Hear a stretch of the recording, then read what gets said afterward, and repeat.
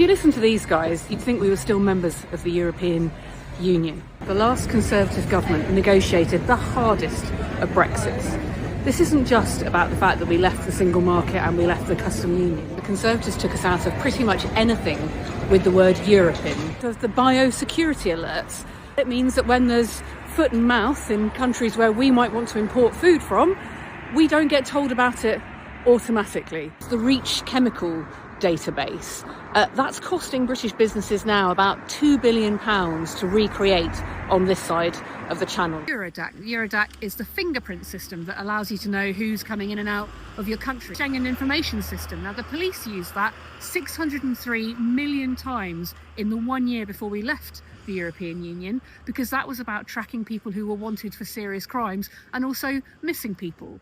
27 different VAT regimes. That's what British businesses now have to deal with. The previous Conservative government tried to force British businesses to stick to their own standards regime, basically knowing whether something was safe, electrical goods for example, except for British manufacturers who wanted to sell in Europe, well, they still had to meet European standards as well, which is a lot of extra paperwork. Now, if you're trying to export food to Europe to sell as a British producer, you need to get 26 different stamps on the paperwork where you used to have to just get one, and it's added hundreds of pounds to the cost of putting a pallet of food in a truck to sell it in Europe. New visa controls mean that British people can only work in Europe 90 in every 180 days.